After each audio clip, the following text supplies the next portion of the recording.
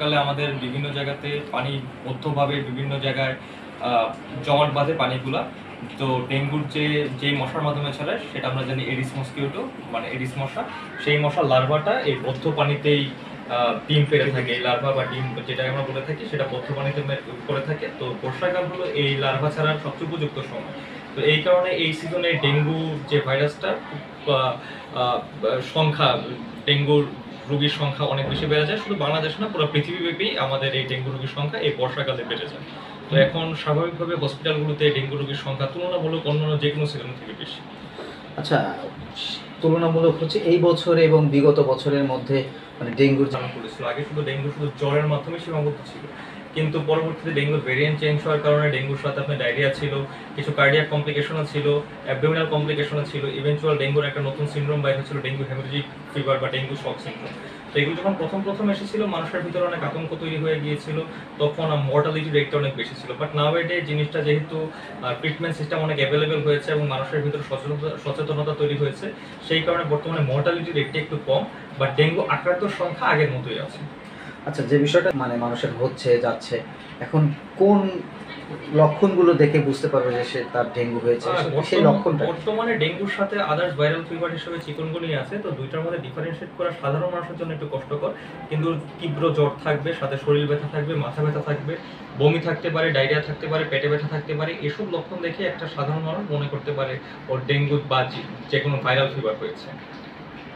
আরেকটা বিষয় হচ্ছে যে কখন বুঝবো যে আমরা যে এই ডেঙ্গুর বিষয়টা একটু গুরুত্বপূর্ণ পর্যায়ে চলে ডেঙ্গুর সাথে যাচ্ছে? গুরুত্বপূর্ণ বিষয় হলো ডেঙ্গুর সাথে যদি আপনার কারো ডায়রিয়া থাকে, কারো বমি থাকে, পেট ব্যথা থাকে, বুকে ব্যথা থাকে, বা তীব্র শরীর ব্যথা থাকে, বা পায়খানার সাথে যদি রক্ত যায়, মানে পায়খানার রক্ত বা পায়খানার রং যদি কালো থাকে, বা বমির সাথে রক্ত যায়, তখন এগুলো খুবই সতর্কনীয় জিনিস। বা গর্ভবতী মাদের যদি ডেঙ্গু হয়, বাচ্চাদের যদি ডেঙ্গু হয়, নবজাতকদের যদি ডেঙ্গু হয়, বা যদি কেউ পূর্ববর্তী বিভিন্ন রোগে থাকে যেমন ডায়াবেটিস, হার্টের রোগ, কিডনির রোগ, ওদের যদি ডেঙ্গি ডিজিজ হয়ে থাকে, ডেঙ্গি ফিভারটা হয়ে থাকে, ওইটা একটু সতর্কতার সাথে হ্যান্ডেল করা উচিত।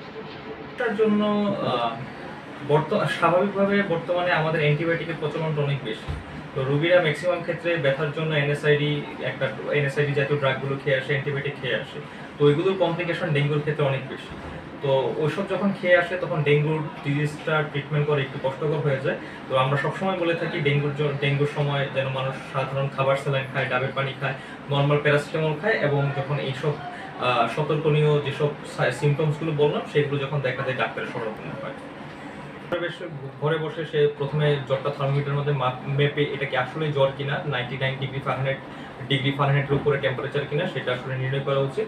তারপরে ওনার দেখা উচিত উনি একটু স্পঞ্জিং, আমরা যেটা বলি নর্মাল পানি দিয়ে স্পঞ্জিং, মাথায় পানি দেওয়া, সেগুলো করবে। ডাবের পানি খাবে, নর্মাল বা খাবার স্যালাইন খাবে, সাথে প্লেন নাপা খাবে।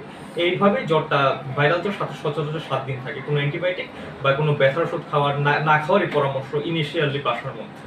জ্বর হলেই কি আসলে ডেঙ্গু টেস্ট করতে হবে কিনা কি বলে? আমাদের প্রচলিত টেস্ট NSI-1, ওইটা সচরাচর জ্বর হওয়ার 2 দিনের মধ্যে 1 থেকে 2 দিন পর্যন্ত পজিটিভ থাকে। তারপর আমরা অন্য টেস্টের দিকে যাই। তো যদি জ্বর হয় এবং জ্বরের যদি তীব্রতা অনেক বেশি থাকে, শরীর ব্যথা থাকে, তাহলে আমার মনে হয় প্রথম দিনে ডেঙ্গু টেস্টটা করাই ফেলে ভালো। জি, সাধারণ এটার জন্য বলা হচ্ছে।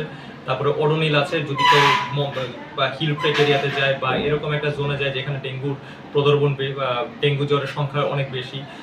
তাছাড়া কেউ যেন কোনো মানে পানি জমে থাকে এরকম কোনো পাত্র, ফুলের টব হইতে পারে, এরকম কোনো কিছু থাকে, ওই জিনিসটা যেন সে পানিটা ফালায় দেয়। এসব কথাবার্তায় আমরা বলে থাকি। এরকম প্রতিরোধমূলক যেসব মেজারমেন্ট আছে সেগুলো নেওয়ার জন্য আমরা বলে থাকি। জি, ধন্যবাদ আপনাকে।